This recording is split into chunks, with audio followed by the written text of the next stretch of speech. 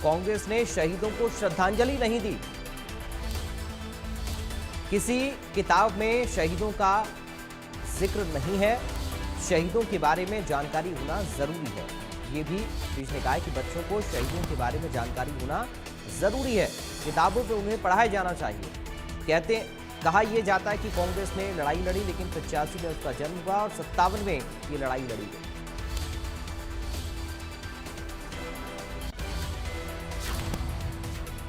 Cabinet मंत्री अनिल विज इस वक्त हमारे साथ मौजूद हैं। तमाम मुद्दों को लेकर बातचीत जो है वो अनिल विज साहब से करेंगे। विज साहब, जो 1857 की क्रांति का मेमोरियल जो है वो फिलहाल बनकर तैयार है, कब उसका इनॉग्रेशन जो है वो करने वाले हैं और किस तरीके की फैसिलिटीज और किस तरीके से? राष्ट्रीय स्तर का स्मारक बना है।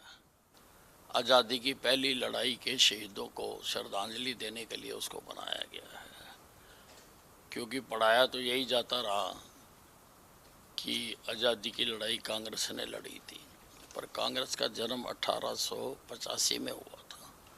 उसे 28 साल पहले 1857 में भी सारे हिंदुस्तान में एक लड़ाई लड़ी गई और सशस्त्र लड़ाई लड़ी गई। हजारों लाखों लोग उसमें शहीद हुए, लेकिन उनको कभी श्रद्धांजलियाँ नहीं दी गई। उनका कभी किताबों में मेंशन नहीं आता। इसलिए उनकी याद में अम्बाला छावनी में 22 एकड़ में 700 करोड़ रुपए की लागत से स्मारक बनाया है, ताकि आने वाली नस्लों को ठीक इतिहास की जानकारी दी जा सके। तो सर, प्रधानमंत्री जी भी आ सकते हैं? कोई टाइम मांगा है इसका? नहीं, राष्ट्रीय स्तर का स्मारक है और सारे देश में ऐसा स्मारक नहीं है, तो हम चाह रहे हैं कि प्रधानमंत्री जी इसका उद्घाटन करें और हमें उम्मीद है कि वो जरूर आएंगे। तो अंदर किस तरीके की फैसिलिटीज़ जो है वो रखी गई है सर? काफ़ी आपने भी प्रयास किए, काफ़ी लगातार आप वहाँ जो है अधिकारियों के साथ टच में रहे, आपको ये पूरा क्रेडिट जाता है सर। 1857 में सारे देश में जहाँ जहाँ पर भी संघर्ष हुए, अम्बाला में हुआ, मेरठ में हुआ, दिल्ली में हुआ, आगरा में झांसी की रानी लड़ी, तांत्या टोपे लड़े, जहाँ और भी देश में कहीं कहीं पर, पंजाब में भी हुआ, वो सारे सीन अंदर रिक्रिएट किए गए हैं और अलग अलग टेक्नोलॉजी के माध्यम से दिखाए गए हैं। तो ऐसा सारे हिंदुस्तान में कोई और स्मारक नहीं है। सर, आपने ये बात करी कि हाँ भी ये जरूरी है जानना, तो बच्चों के लिए बेहद जरूरी हो जाता है जो अगर बच्चों को वहाँ लाया जाए, स्क्रीन पे दिखाया जाए कि इतिहास पूरा ये है, तो आपने इसको लेकर भी कोई प्रयास किया है कि बच्चे आए वहाँ? शुरू जब हो जाएगा उसके बाद ही लाएंगे ना, उसके बाद हम सब बच्चों को ला के दिखाएंगे।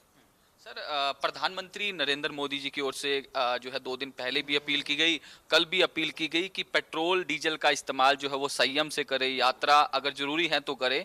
सोने को लेकर भी उन्होंने कहा कि 1 साल तक सोने की खरीद जो है वो ना करें। नहीं, देखिए, प्रधानमंत्री जी हमारे देश के मुखिया हैं। अगर देश के सामने कोई कठिनाई आ रही है, उसके लिए लोगों को सावधान करना उनका दायित्व है।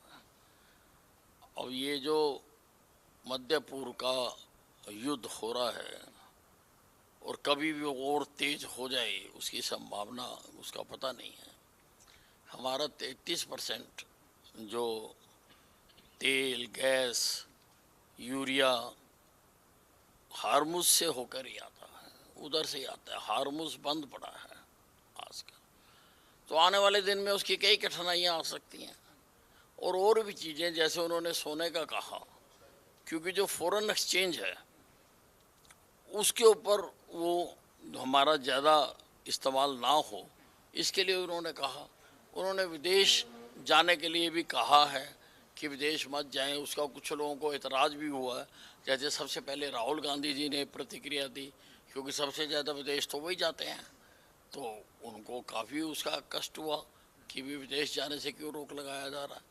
तो इसीलिए लगाया जा रहा है क्योंकि उसमें फॉरेन एक्सचेंज इस्तेमाल होता है, और ऐसी परिस्थितियों में देश को के लिए हमें अपना फॉरेन एक्सचेंज का बैलेंस बनाकर रखना भी बहुत आवश्यक होता है। आपने राहुल गांधी को लेकर जवाब दिया, मैं उसी सवाल पे आने वाला था। लगातार विपक्ष इस पर सवाल उठा रहा है, राहुल गांधी हो, अखिलेश यादव हो और भी तमाम, वो कह रहे हैं कि जो एक्चुअल जो सिचुएशन है उसको छुपाने की बात जो है वो लगातार की जा रही है। सच्चाई जो है वो क्यों नहीं बताई जा रही कि आज देश के हालात कैसे हैं? नहीं, देश के हालात आजकल आंकड़े हर जगह उपलब्ध हैं, सब जानते भी हैं। और इनकी अपनी पार्टी के ही पी चिदम्बरम जो पूर्व वित्त मंत्री रहे हैं, उन्होंने खुद आके कहा कि प्रधानमंत्री जी ने ठीक कहा कि भी सोना नहीं खरीदना चाहिए।